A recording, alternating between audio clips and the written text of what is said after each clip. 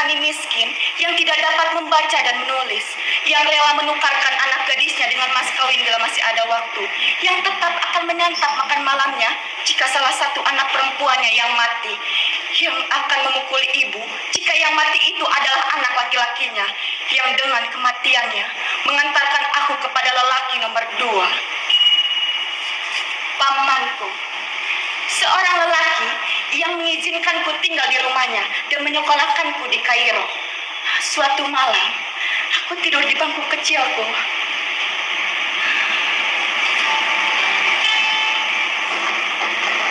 Diam-diam paman datang. Jemarinya terus meraba kakiku hingga ke pangkal pahaku.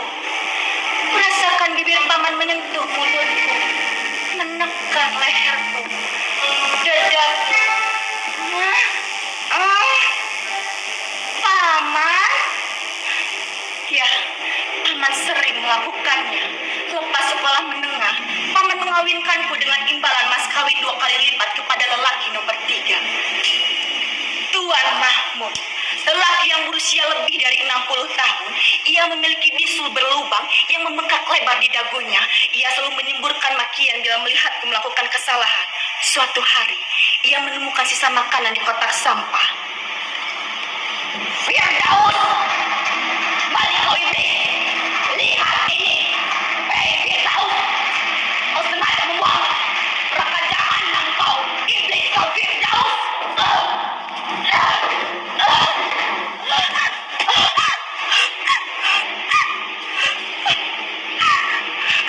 Ia memukuli wajahku, kepalaku, dan seluruh tubuhku. Aku meninggalkan dia dan pergi ke jalanan.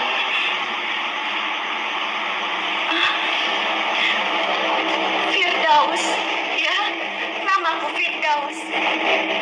Aku mau. Dan disinilah aku bertemu dengan lelaki.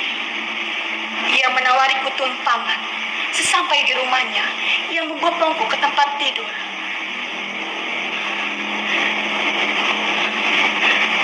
Nafasnya yang harum, sentuhannya yang lembut.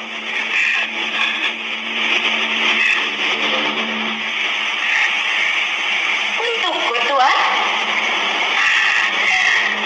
Ia memberikanku uang 10 pon. Aku belum pernah melihat uang sebanyak ini. Mulai sejak saat itu dan seterusnya, aku berjalan dengan kepala tegak. Aku memandang setiap pria ke arah matanya. Ya, aku memandang setiap pria ke arah matanya. Berbekal ijazah sekolah menengah, aku memiliki pekerjaan di sebuah perusahaan. Di perusahaan inilah aku bertemu dengan lelaki nomor 4, Ibrahim. Lelaki yang memiliki rasa hormat yang tinggi dan perhatian yang kurasakan jujur. Suatu hari, aku bertemu dengan Ibrahim. Hari itu kami sama-sama tak bisa menyembunyikan perasaan kami masing-masing. Kami mengungkapkan segala hal yang ingin kami katakan. Kami menyerahkan diri satu sama lain dalam satu pelukan. Pelukan yang lama dan hangat. Dunia seakan-akan ada dalam genggamanku.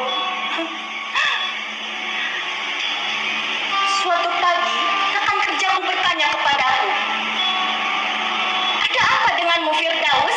Wajahmu tidak seperti biasanya, seperti ada yang memancar dari dalam dirimu."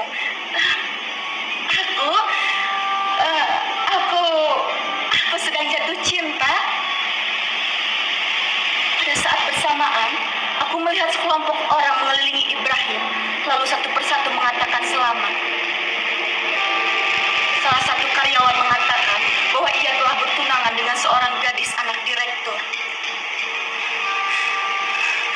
Aku belum pernah mengalami penderitaan seperti ini. Kini aku menyadari kenyataan. Mencari kebenaran. Aku tak perlu menjadi apa yang kuimpikan. Menjadi seorang pelacur sukses lebih baik daripada seorang suci yang sesat. Ya, kini aku melanjutkan duniaku menjadi seorang pelacur yang paling sukses di negeri ini. Maka datanglah pada saat itu lelaki nomor 5. Masuk. Ia seorang germo dan kami bercakap agak lama. Ia memintaku untuk menjadi budaknya, tetapi aku tidak mau. Ia berkata kepadaku, di dunia ini hanya ada dua golongan, menjadi budak atau menjadi majikan. Dan ia berkata, perempuan tidak mungkin bisa menjadi majikan. Pertengkaran hebat pun terjadi. Ia mengambil pisau dari sakunya, tetapi tanganku lebih cepat dari tangannya. Ku ambil pisau itu dan mengucapkannya dalam lehernya. Masuk, mati. Aku meninggalkannya dan melanjutkan duniaku kembali. Dan disinilah aku bertemu dengan lelaki nomor 6. Seorang pangeran Arab. Seorang pangeran yang mampu membayar berapapun tinggi hargaku. 3.000 pon, Tuan. Baiklah. Mari, Tuan.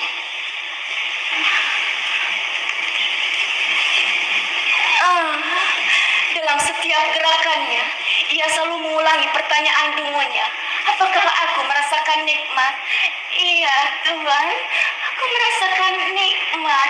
Ia mengulangi pertanyaan itu dan aku menjawab, iya, Tuhan. Aku merasakan nikmat. Ia semakin bergairah dan semakin dungu. Tidak, aku tidak merasakan apapun. Ketika ia mengeluarkan uang 3.000 pon, aku masih merasakan amarah. Aku ambil uang itu dan kurobek menjadi serpihan kecil. Seakan-akan aku telah mencabik-cabik semua laki-laki yang kukenal. Ayah, paman, Ibrahim, Mahmud, masuk. Lalu aku ambil pisau. Menancapkan pisau ini ke lehermu pun semudah itu.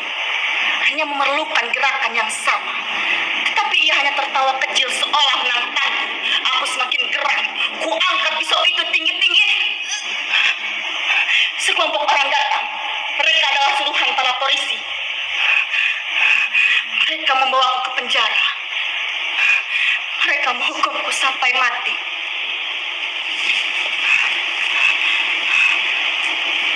Maka disinilah aku. Aku memang bisa dibebaskan bila mengirim surat permohonan kepada presiden. Tetapi aku tidak mau. Aku lebih baik mati karena kejahatan yang aku lakukan daripada salah satu kejahatan yang kalian lakukan. Sekarang, aku telah menunggu mereka menuju ke suatu tempat yang tidak dapat seorang pun di dunia ini dapat mengetahuinya. Aku akan menempuhnya dengan bangga karena aku telah mengungkapkan kebenaran. Kebenaran yang liar dan berbahaya.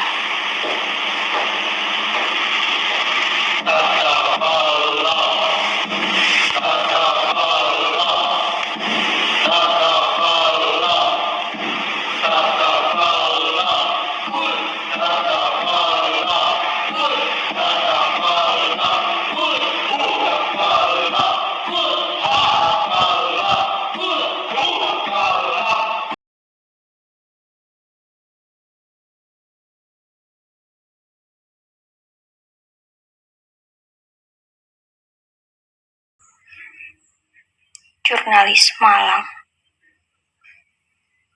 Derap langkahku terhenti di ujung jalan. Di kota penuh sesak, nista dan dusta. Kelakuan bandit-bandit liar, babi-babi ngepet, tikus-tikus kantor.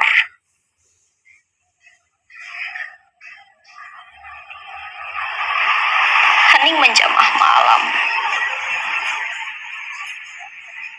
Aku sendirian di ujung jalan sepi. Tiba-tiba langkahku terhenti. Dua pemuda menyeretku. Rambutku yang kusisir rapi setiap hari. Ditarik.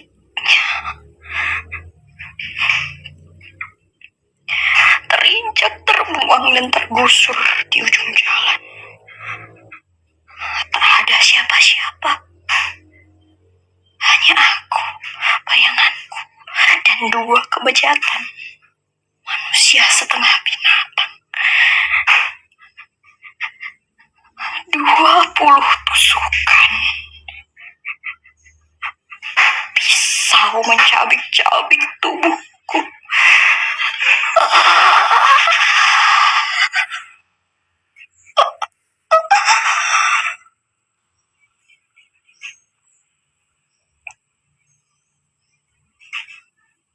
Menggorok leherku.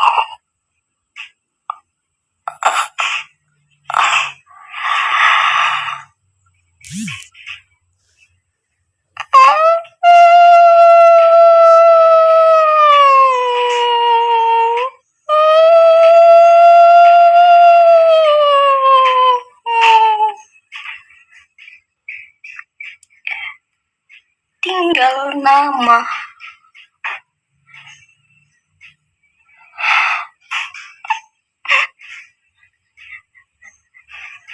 Jariku kaku, tak mampu lagi bersuara dengan tinta.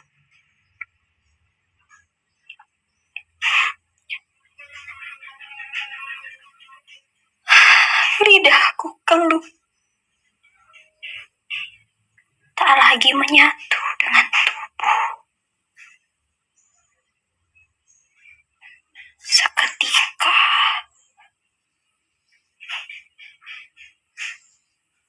kejujuran tertikam, terbungkam, dan diam. Assalamualaikum warahmatullahi wabarakatuh. Perkenalkan, saya Bayi Aini dengan stambuk A11202023.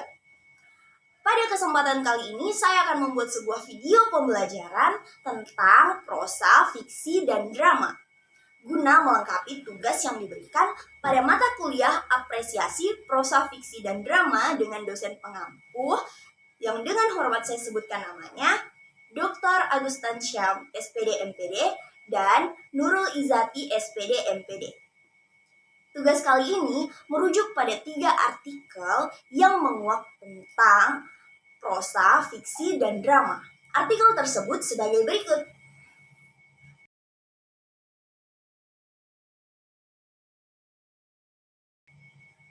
Nah, bagaimana penjelasan selanjutnya? Tetapi sebelum itu, mungkin teman-teman pernah melihat pertunjukan seperti ini.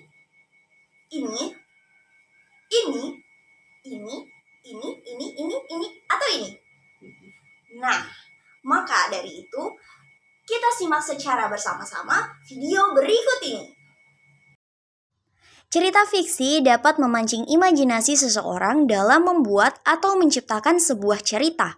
Cerita fiksi dikategorikan ke dalam salah satu karya tulis non-ilmiah karena cerita ini bersifat subjektif, artinya tidak terjadi di dunia nyata sama sekali. Karena subjektiflah cerita ini ternyata bisa membawa Anda untuk berimajinasi. Maulidi 2017 mengatakan bahwa fiksi atau prosa adalah salah satu jenis genre sastra di samping genre lainnya. Genre lain yang dimaksud ialah puisi dan drama. Prosa termasuk karya sastra yang disebut cerpen, serber, dan novel. Prosa dalam kesusastraan sering disebut juga dengan istilah fiksi. Kata prosa diambil dari bahasa Inggris yakni prose. Prose atau fiksi memiliki arti sebuah karya naratif yang menceritakan sesuatu yang bersifat rekaan, hayalan, tidak berdasarkan kenyataan, atau dapat juga berarti suatu kenyataan yang lahir berdasarkan hayalan. Hasil dari penulisan makalah ini bertujuan agar mahasiswa dapat mengetahui apa itu prosa atau fiksi dalam kesusastraan dan bisa mengembangkan pengetahuan dalam cerita fiksi. Nah, selain itu juga terdapat pesan moral dalam karya fiksi. Unsur moral dalam karya fiksi tidak terbatas. Moral dalam karya fiksi biasanya menceritakan pandangan hidup pengarang yang bersangkutan pada pandangan tentang nilai-nilai kebenaran dalam hidup yang disampaikan kepada pembaca. Pesan moral pada karya fiksi menitikberatkan pada sifat kodrati manusia yang hakiki. Dengan kata lain, bahwa manusia tidak hanya ditentukan oleh aturan-aturan yang dibuat oleh manusia itu sendiri. Moral dalam karya fiksi tidak pernah terlepas dari pengertian yang baik. Tiap cerita fiksi masing-masing mengandung dan menawarkan pesan moral. Tentunya banyak sekali jenis dan wujud ajaran moral. Jenis dan wujud pesan moral yang terdapat dalam karya fiksi tergantung pada keyakinan, keinginan, dan interest pengarang yang bersangkutan. Jenis ajaran moral boleh dikatakan bersifat tidak terbatas. Penyampaian pesan moral pada karya fiksi tentunya tidak lepas dari titik sosial dan titik agama yang ingin disampaikan oleh penulis. Demikian juga dengan bentuk penyampaian langsung dan tidak langsung yang ingin dihadirkan oleh penulis di dalam karya fiksi sebagai nasihat dan petuah bagi pembaca. Dalam sebuah karya prosa, ada yang disebut dengan penokohan. Penokohan adalah cara pengarang menampilkan tokoh dalam ceritanya dan bagaimana tokoh-tokoh tersebut. Dalam penokohan, watak atau karakter seorang tokoh dapat dilihat dari 3 segi, yaitu dialog tokoh, penjelasan tokoh, dan penggambaran fisik. Ada 2 jenis penokohan, yaitu secara langsung atau deskriptif analitik dan teknik dramatik. Secara langsung atau deskriptif analitik adalah di mana pengarang langsung melukiskan atau menyebutkan secara terperinci bagaimana watak sang tokoh, bagaimana ciri-ciri fisiknya, apa pekerjaannya, dan sebagainya.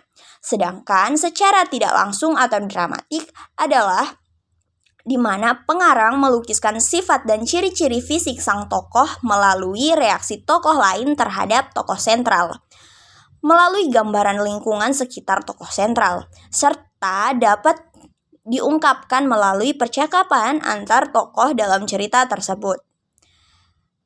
Berhadapan dengan tokoh-tokoh fiksi, pembaca sering memberi reaksi emotif seperti merasa akrab, seperti empati, simpati, benci, antipati, atau sebagai reaksi efektif lainnya.